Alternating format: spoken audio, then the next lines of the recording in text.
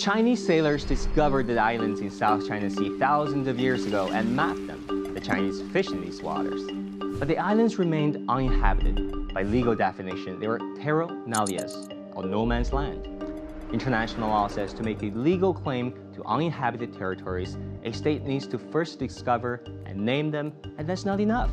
Claimants also need to demonstrate their sovereignty through continuous occupation and administration.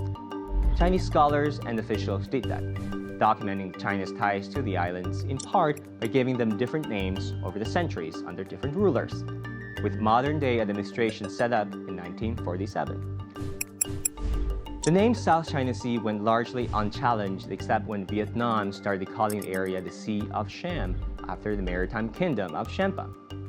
It may sound incredible today, but the West once recognized China's territorial claims in South China Sea, and it wasn't that long ago. US President Franklin Roosevelt even lent 8 destroyers to China, Washington's World War II ally, to help it reclaim the Nansha or Spratly Islands from Japanese occupation. But then came the Cold War, when anti-communism became a core strategic doctrine of the United States.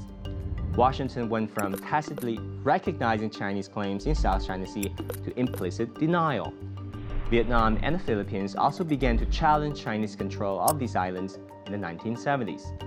Now, politics aside, there's also a legal principle in international law called estoppel, meaning if claimants to a territory such as Vietnam in this case once gave up their claims, they're not supposed to reverse themselves decades later, just like someone is not supposed to recant his or her sworn testimony in a court of law.